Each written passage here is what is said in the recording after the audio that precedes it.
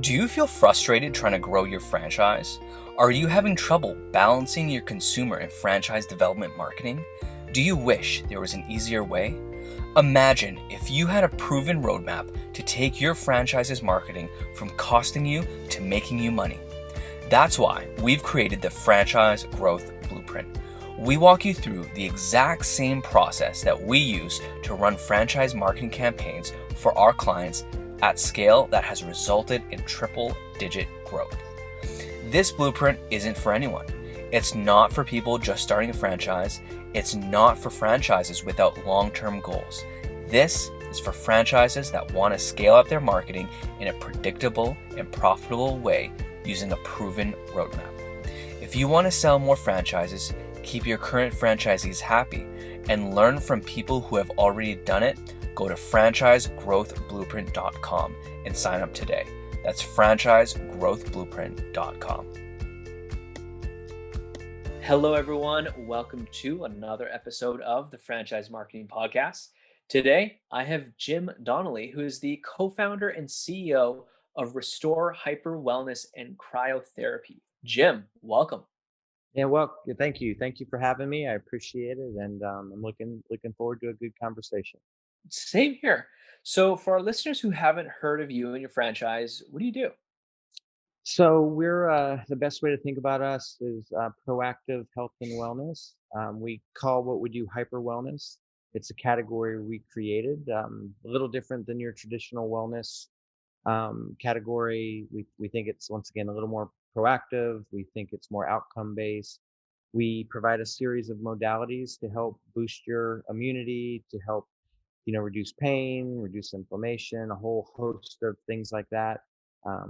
When you boil it down, we do cryotherapy, IV therapy, hyperbaric oxygen therapy, sauna therapy, red light therapy, compression therapy, a few other things. But you get it. One place shop for these proactive health and wellness modalities. Nice. I like that different, unique angle that you're taking things. So, what really sparked this idea? A variety of things. I mean, I was a high level athlete at one point in my life. My wife was a high level athlete. She ran track at West Point, and I'm 52 now. When we started Restore, I was 46. I was training for a triathlon. I was pretty beat up. A friend suggested I try cryotherapy. I thought it was kind of a gimmick, but I went and tried it. I fell in love with the way it made me feel right away, but I also hated everything else about the experience. It was overpriced. The retail environment was pretty horrible.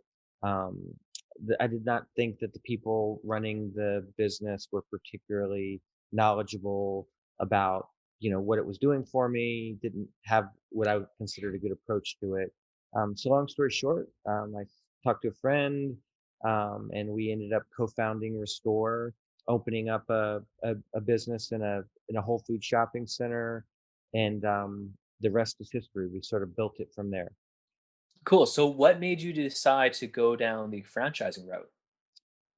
So we wanted to create a large business. Steve and I have had multiple successes and exits from businesses. So we were kind of at a point in our life where we only want to do big things that help society, things that are meaningful. And so the whole point was to make it as big as possible. And our mission, by the way, is to be the most affordable, accessible place for hyper wellness in the world, so that people can do more of what they love to do. So if you're going to have a mission like that, you've got to go big. And so then you start to make decisions around, capital, and so franchising is one path. Doing all corporate stores is another path. And for a variety of reasons, we went down the franchise path. Cool. So, tell me more about the experience of franchising so far.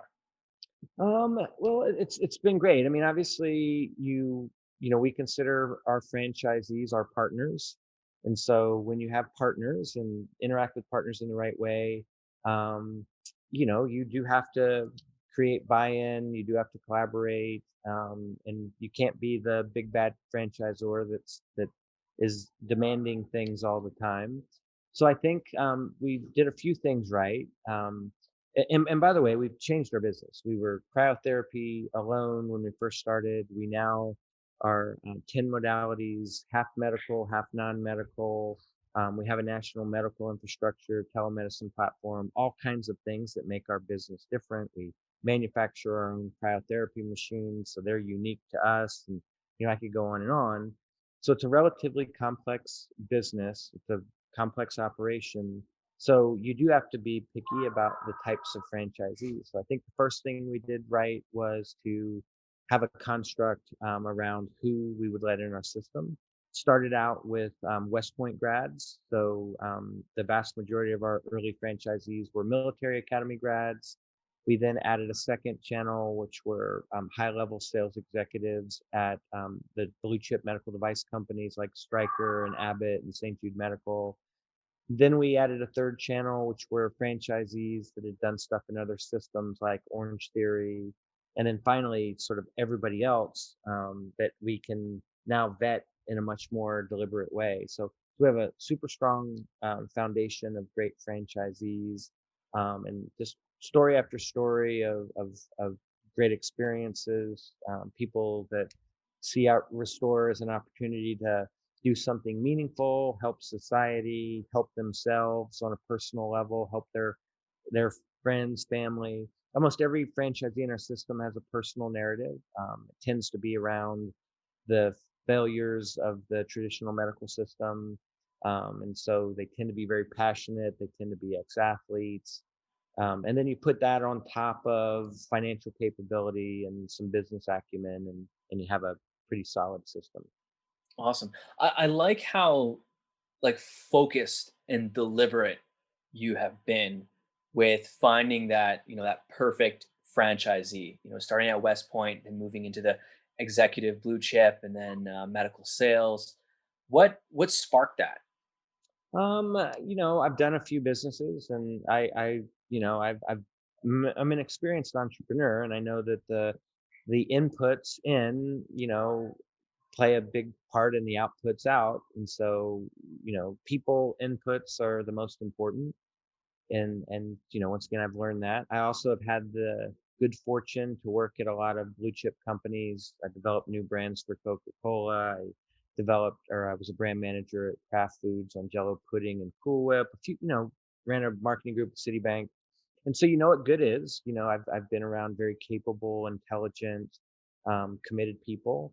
Um, I married a West Point grad. I know what West Point looks like. I know those are the best and the brightest in the world. It's the hardest school in America to get into. It's probably the hardest school in America to finish. You go through a lot of hard stuff. So, I'm at the point in life where I kind of know where to go find really good people and have a life experience and a track record of success that I can tap into. And it's one thing to say I'd like to go recruit military grads. Um, it's another thing to be able to actually do it. And so we have a variety of things that we can sort of tap into that make that possible for us. Very cool. Very cool. So tell me more about like the marketing growth. Like what levers have you been pulling that have really helped skyrocket growth and expansion? Sure. So I always say my favorite marketing construct is a lack of options provides clarity. And so when you're small and you've got your first studio, what you can do is relatively limited. So we kind of stick to what makes sense at our different stages of growth. At that point, it was a lot of street activation, a lot of partnerships, a lot of word of mouth. And by the way, word of mouth isn't just something that happens spontaneously. There's a whole method around that. As you get a little bigger, you can start to do a little digital marketing. You can get a little more sophisticated. As you get bigger yet again, you bring in the PR element. You get bigger yet again, then you start to look at some traditional stuff. And so that's how we've approached Restore. I mean, we're now the largest provider of all of our modalities in the world. We have achieved a scale that allows us to do things that, to be quite frank, our smaller competitors can't afford to do. But once again, depending on your stage of growth, different things make sense for different stages. Mhm. I want to zoom in on something that you mentioned, and it's being very deliberate about word of mouth and, helping get the ball rolling on that. Can you expand on that a little more about what you found to work? Yeah, well, I mean, first of all, you got to start with a good product that people are going to be happy to spread the word. And so, for instance, women don't brag about their gynecologist, men don't brag about their chiropractor. I mean, I could give you 100 other examples, and there's some things that are a little more, just kind of kept, under your vest. But Restore's unique in that people come in and feel better right away. It's also kind of what the cool kids do. It's got a kind of a cool factor to it. It's also got a little bit of a wow. I am pushing the envelope. I am doing good things. And it's not every day that I get into a chamber that's negative 260 degrees. Like that shows something about me. So we start from a foundation of people want to brag about Restore. They want to tell their friends for all of these sort of real, tangible, emotional, and non-emotional reasons. So you got to start with that. Then number two, you've got to encourage them and give give customers incentives to share the word. And so we did a variety of things around the more people you brought in, the more things we would do for you at Restore. And we put a process in place for folks to sort of track that and make it more real for people. So, you have some customers that say, I tell everybody, and that's great. And you have other customers that say, I tell everybody, and you actually feel it. And so putting some tracking around it and putting a process around it, I think is important. Cool. Tell me more about that tracking attribution. I really want to dive deep on this, Jim. Yeah, I mean, you can get anything, deal codes. You can you create an ambassador program, you give a specific deal code to an ambassador, you aggregate all the activity around that deal code, you assign a value to that, and then based on that value you go and give that ambassador certain things. You figure out your best customers, and you every time they bring in someone with them, we give them something on the spot, things like that. Once again, not um, earth shattering, but if you don't have a process for that, if it's not a part of the training of the staff, if it's not, like I said, if you don't literally have a point of sale system that allows a deal code and the ability to track that and aggregate the activity, then those things are not feasible. But we obviously have all of those ingredients. Yeah.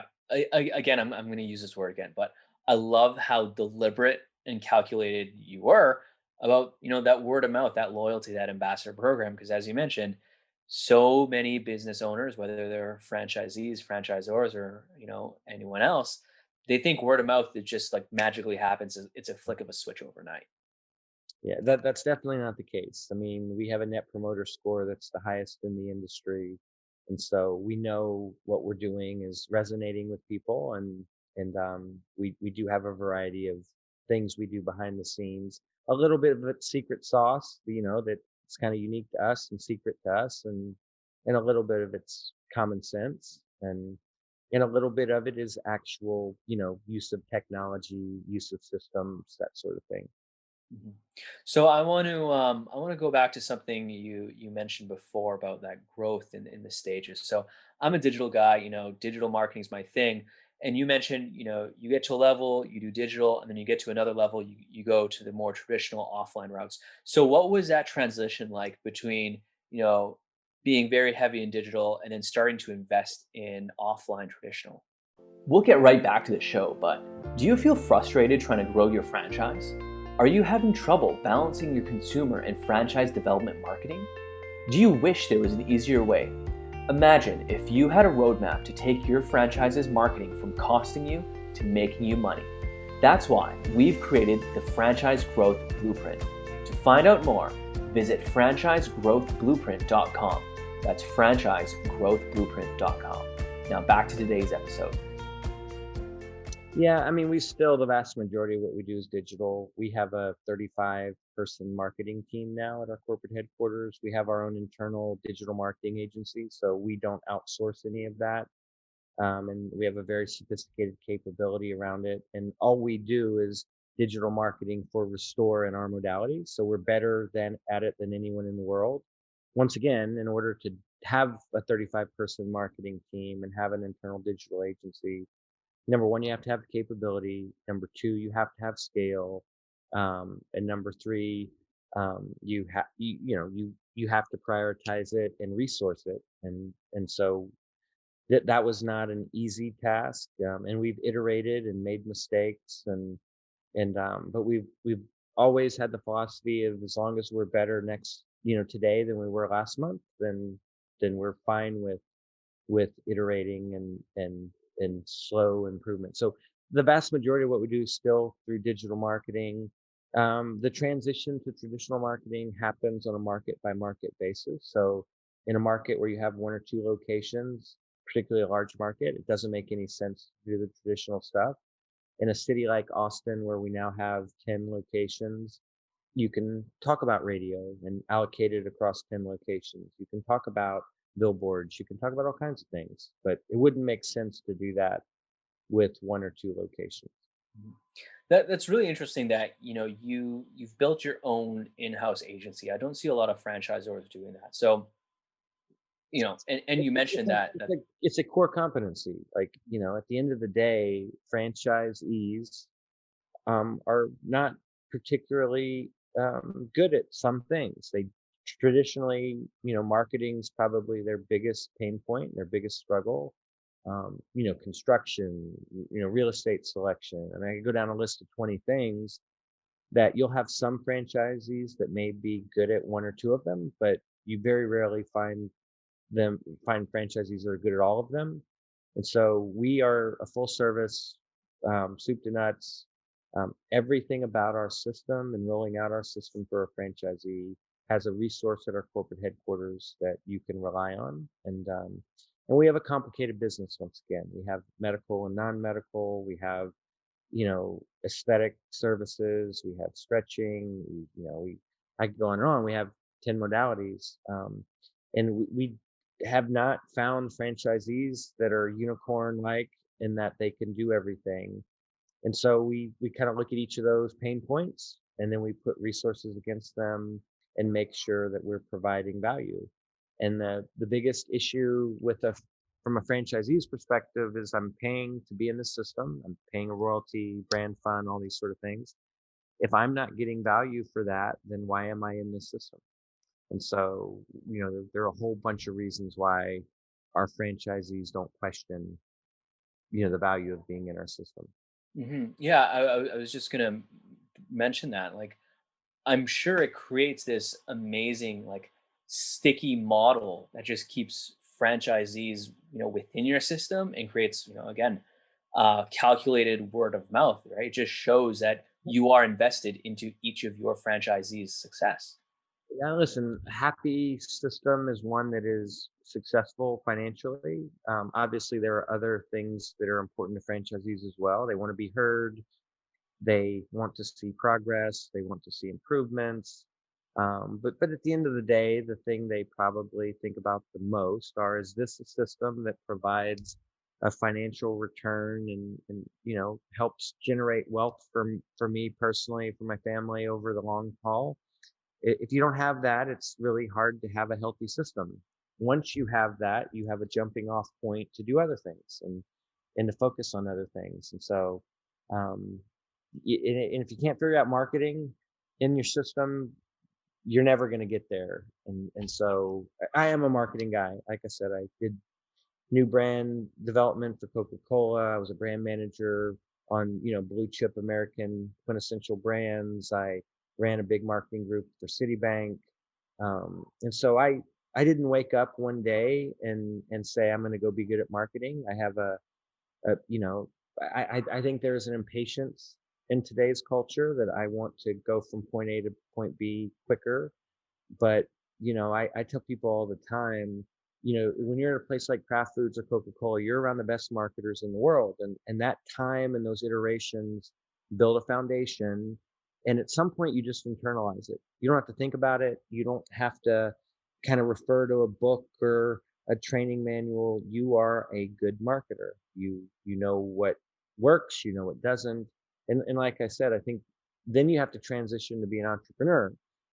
Because when you're at Coca-Cola, you have unlimited resources. When you're an entrepreneur, you have very limited resources. So good entrepreneurs find a way to squeeze success out of limited resources. Corporate marketers find, the ability to squeeze a little out of a lot of resources because they're brands that have been around for a long time, and you get incremental improvement.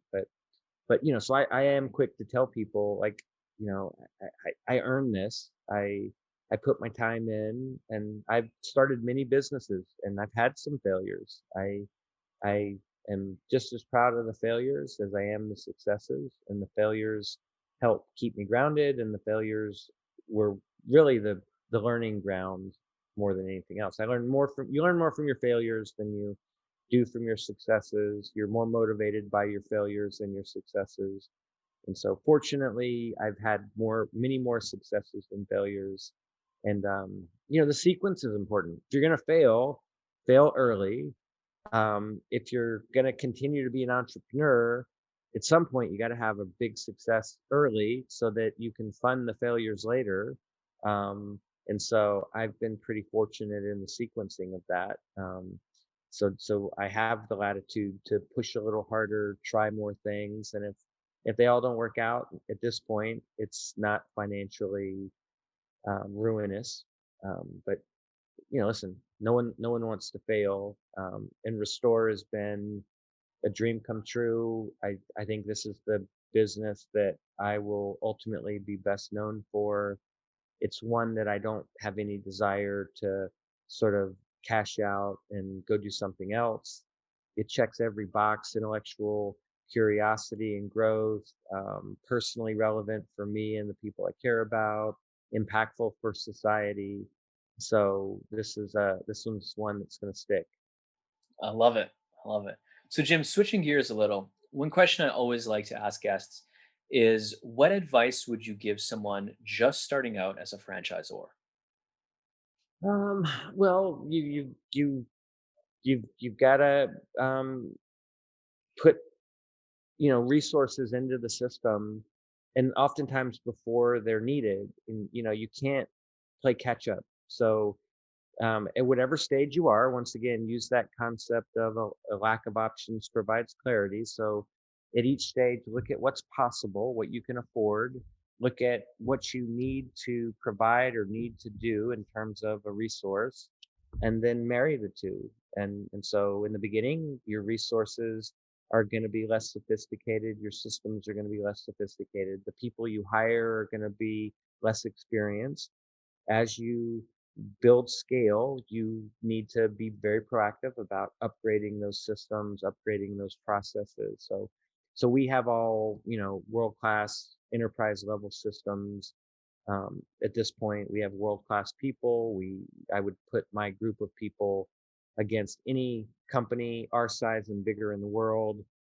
Part of that's a byproduct of being in Austin. Part of that's a byproduct of being a mission-based business that attracts really wonderful talent. But once again, that didn't happen overnight. You have to be very self-aware. You have to know what you can and can't do. You have to be authentic and focus on the things that are right for you and your business, and don't chase your tail trying to be like everybody else.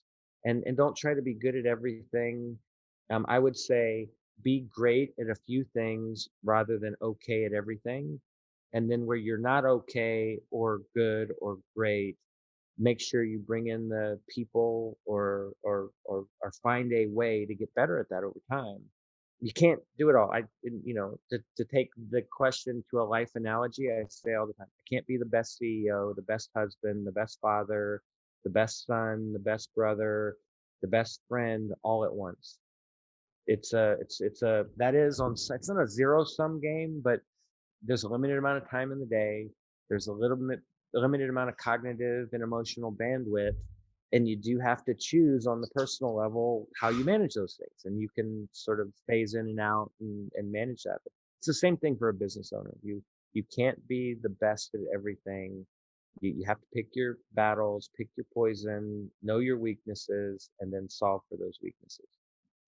I love that advice because so many franchisors, so many business owners think they need to be like at their A game all the time, every minute, every second, even in their sleep. And it's just not realistic. So fantastic advice, Yeah. Jim. And by the way, I created a culture here where people try things, people push, people can push back on me. Dissonance is a good cultural thing when channeled correctly. And, I tell people if you're not trying things and making mistakes, you're not trying hard enough. I do tell them to avoid certain mistakes or are not acceptable. So obviously an existential mistake, a mistake born out of laziness or a lack of rigor, the same mistakes over and over again. Those are things you absolutely have to sort of avoid and not tolerate. But trying something and it doesn't work, no problem. As long as some rigor went into it, you did try to do it in the right way, no problem. And you should encourage a culture that allows others in the organization to feel the same way. Now, once again, it depends on what type of leadership style you have, what sort of accountability structure you have, the quality of the employees that you're sort of bringing into a decentralized approach. If the higher the quality of employees, the better you are at, communicating your intent, the more responsibility you can give to folks. As the quality of people goes down, as your leadership ability goes down, you probably got to get to be more of a micromanager. And I would say that the farther you go down toward that end of the spectrum, you're going to accomplish less and less, because you essentially incapacitate people and they're just waiting for you to tell them to do something. Mhm. Jim, I could genuinely talk to you all day about this, but we are nearing the end of the episode. And, one way I like to end it is with something that I call the lightning round. So it's a few fast paced questions coming at you. Yeah, Are you ready? yeah, sure. All right. First question is, what is your favorite tool or app that you cannot live without? Oh, my favorite tool or app. I mean, right now I probably use Strava more than anything. I'm training for a you know a endurance event. I'm doing an Everesting challenge in August in Utah, where you have to scale the equivalent altitude of Everest in 36 hours. So Strava is pretty important to me right now. So that's probably the one I would say. That's an awesome choice. I'm just getting back into running now, and I've been loving it. Cool, cool. Next question: what is your favorite book? My favorite book. I mean, going back to my youth, I always say Catch 22 by Joseph Heller. It's one of the few books I've read multiple times, but I read pretty voraciously. So, right now I'm reading essentially the latest biography on John D. Rockefeller, and called Titan, and I've found it to be, really. I like to read about others that have done great things, and I in no way, shape, or form want to mimic, you know, his style or his approach. I certainly don't in any way, shape, or form put us in the category of a Titan like that. But there are things you learn, and so I like to read a lot of stuff like that. Cool. Next question: who is a franchise leader that you look up to? Um, I certainly admire some brands, and I may or may not know some of the folks within those brands, but I've having owned health clubs in the past, I admire Orange Theory. They've taken, something to be relatively commoditized and created a really neat community around it, added some technology to sort of change the dynamic. And so I love that. Um, you know, I that's the one that I probably spent the most time thinking about. But I also will say this: when we started out, we did not want to be like a typical franchisor. We wanted to feel more like a consumer company than a franchise company, which obviously overlap. But we kind of wanted to take some of the good and add our experiences to it, technology and all that. So I actually think of us more as a technology company than I do a franchisor. But and I think you build a culture a little differently depending on where you fit in that. So hopefully that answered the question. Totally. All right, Jim. Last question, I promise. Where can people find out more about you and your franchise? Restore.com. Really simple. I mean, we're proud of that URL. Kind of sums it up.